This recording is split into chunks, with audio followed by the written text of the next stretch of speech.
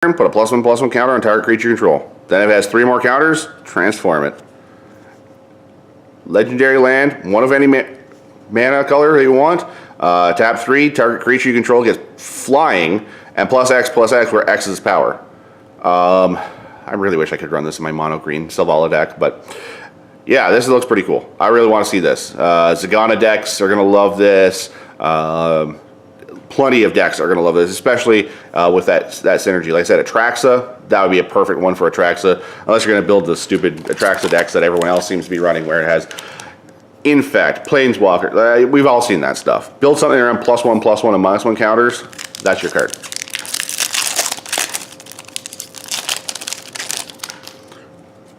All right.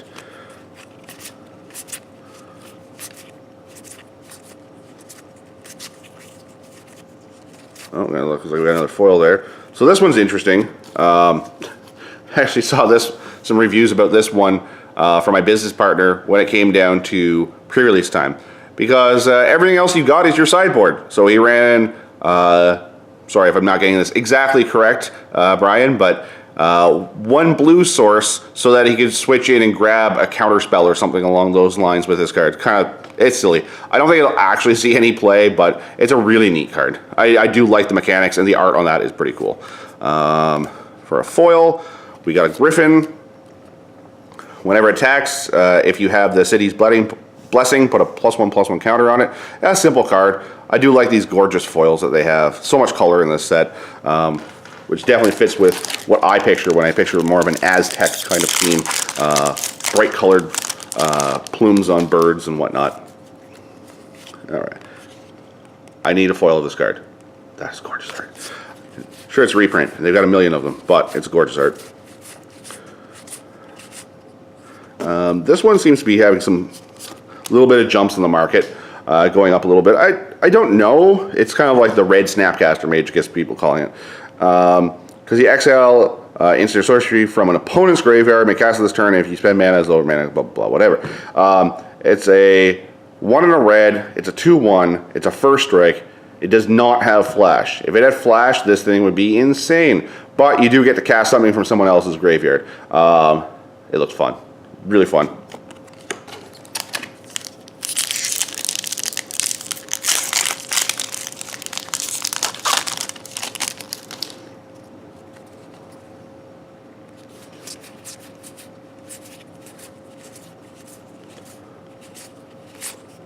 Yep, another Paladin. No need to talk about him. We've already got a copy of him.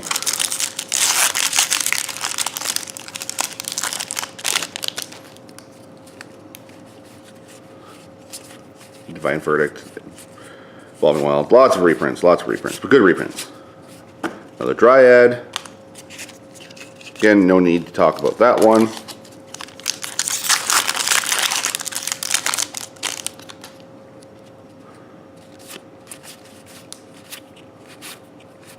Lots of cool little things. This one, seen it twice in the same. This one's actually pretty interesting. You may cast a dinosaur card as though it had flash. Whenever you cast a dinosaur spell this turn, it gains when this creature enters the battlefield. You may have it fight another creature. This is cool. Absolutely cool. I love this. It's a 2/1. It's probably going to die to almost everything, but you kill it and you just flash in a giant dino and fight something else. Don't mess with the babies. That's what that card is, and it's awesome. Another one of the foil plummet. Tetzmoc.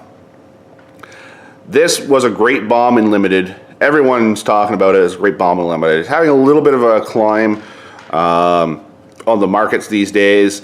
I really wish you didn't have to reveal it from the hand, but there's always ways in Commander with Commander's Beacon and whatnot to put in your hand. Sad fact, it is one of the 2 elder dinosaurs that there is not a Commander that is a dinosaur that has 5 colors. That being said, it still looks awesome. I would love to see a copy of this in foil.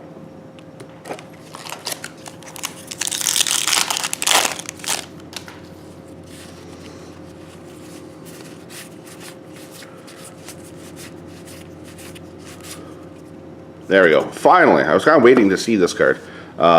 So as far as an uncommon is concerned, This thing is rapidly climbing. I believe last I checked, this should be coming in about 450 Canadian. Simple effect, comes in the battlefield, destroy target creature and opponent controls. Blue-black control, Esper control, like all the control decks are running black. Gives you a body and a destruction spell. 4 mana for a destruction spell is actually not too bad for a lot of stuff. This thing might see some standard play. I would have no problem running this even in Commander, to be honest. There's many creatures that do similar effects to this, and I love this card. This one I've seen in foil. Gorgeous foil. Cards in graveyards can't be the targets of spells and abilities. Very simple effect. Love that effect. It's answers like this that Magic has been needing for a while to interact with things.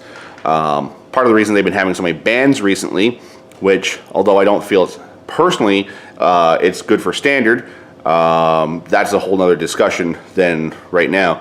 As far as modern play, I don't think so. Costing 4 to exile all cards from all graveyards and draw a card, we got better than that. But it is kind of neat that it's kind of like a Relic Progenitus mixed with right now I'm drawing a blank. Anyways, it's a great card for graveyard hate. Great sideboard option. I expect to see a lot of this in standard decks going around just because it fills that slot so well.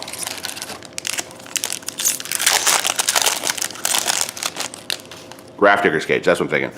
Yes, there we go. Part Grafdigger's Cage, part Relic of Progenitus. Alright. Couple cool dinos.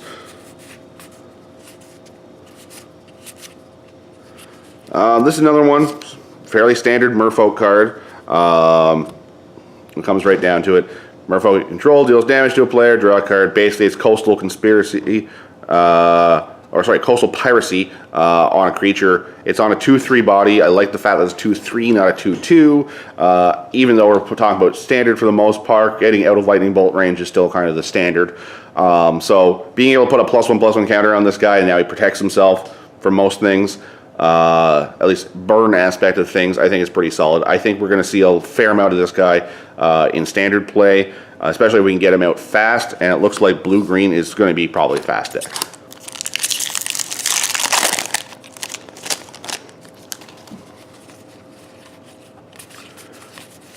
Same stuff, Dinosaur Hunters, because you need Dinosaur Hunters if you're going to have dinosaurs. Silvergale Adept, great reprint. I am so thankful they've managed to reprint this card. This is going to make those Merfolk decks get to the next tier. And speaking of foils, there's that foil. Isn't that a gorgeous foil? I think we've got 2 or 3 of these in store right now. They are fantastic. I love that. And then Golden Guardian. At first I looked at this and was like, who cares? It's a 4/4 for 4, it's Defender, blah blah blah, nobody really cares. But it's actually pretty easy to get this thing transformed. The fact that it gives you 2 mana of any one color to your mana pool is more relevant, I think, most times than the fact that it creates a Golem. The Golem is a nice addition, but it adds 2 mana. It's pretty easy to flip. Pay 4, next turn pay 2, it dies, bang, you get the mana back for it. Really neat card. Not sure how playable it is, but I'm kind of starting to like that one the more I read it.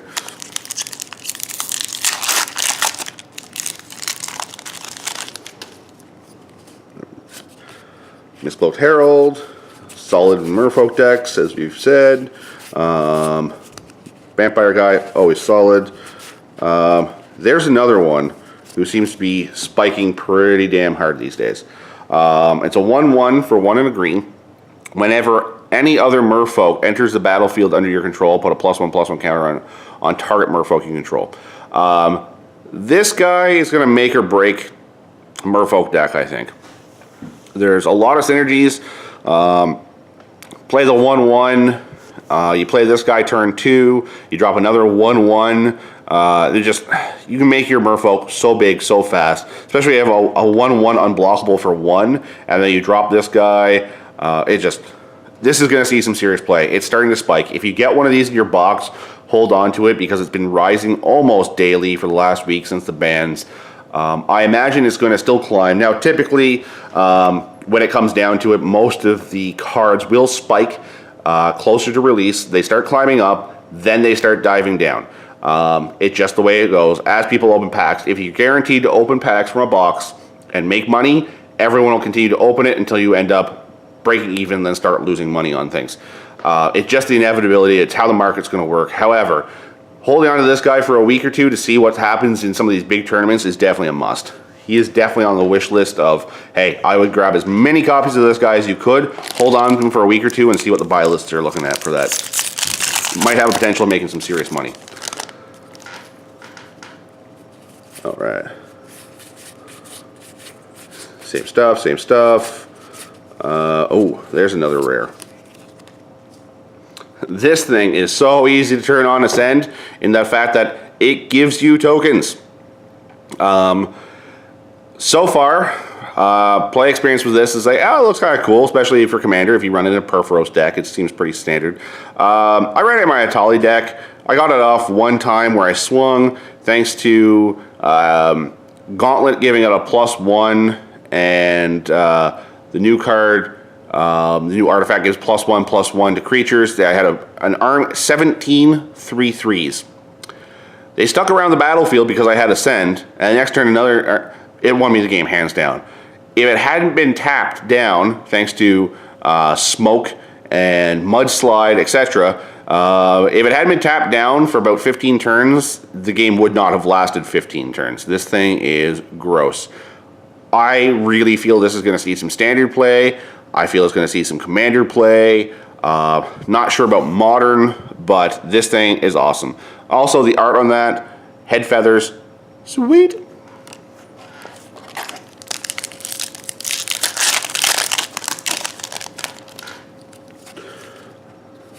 All right. Same stuff, same stuff, same stuff. This one, is interesting. I like the fact it's a land with Ascend, because again, as a permanent, as soon as you have 10, you instantly get the City's Blessing. Tapping 5 draw card, pretty meh for the most part. I don't think it's going to see any play. I think it's like the most bulk rare of bulk rares. But it happens to be one of the promos you get for like doing stuff, so I guess, sure, whatever.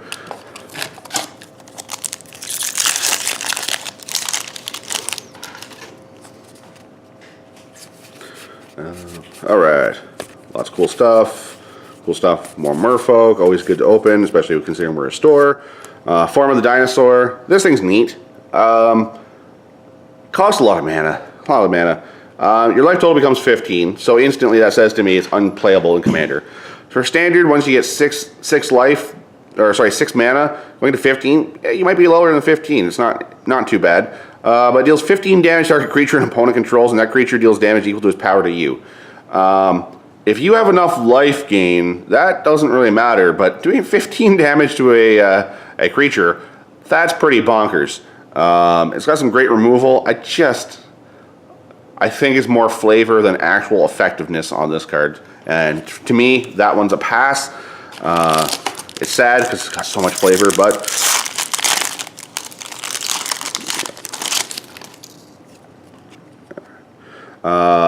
another simple one, enters battlefield, +1/+1 counter another target vampire. Again, it costs 4 for a 3/3. We'll see how that works. A lot of that stuff is still up in the air. Foil Divine Verdict. Not that we haven't seen that a million times, although it's got a dinosaur, so in my opinion, having a dinosaur on the art just makes it 3 times cooler. 3 times, not 2, 3. This one's interesting. Some people have been talking about this. This has gone up a little bit, not too much. Simple effect, exile a creature opponent controls until it leaves the battlefield. It's a 1/1 for 4. Doesn't really seem like much at first. But then when it attacks all, not all, target vampires +X/+X, where X is the power of the exiled card. If we start seeing dinosaurs, this seems like a great counter to have the punch back, although I think it's more of a limited thing, to be honest. I don't know how much standard play this is going to see. Interesting card regardless. Markov decks will probably still want to run it.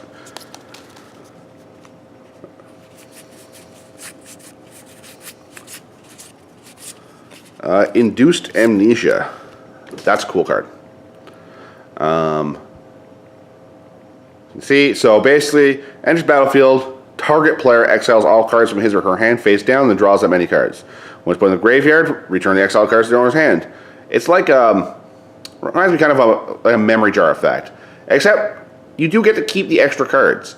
So if you got a way to sacrifice enchantments, this is a great way to draw cards, put things aside.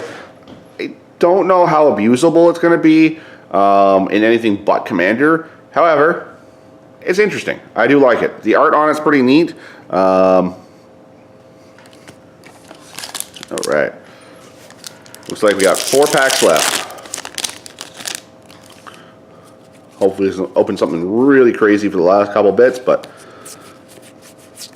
same stuff, same stuff, same stuff, same stuff. Oh, there's a dinosaur. Now this guy is pretty cool. So he's an 8/5. Whenever he's dealt damage, each opponent sacrifices a permanent. This could be another one of those reasons why Pyrohemia is spiking like crazy. Shameless plug, we have one in store. But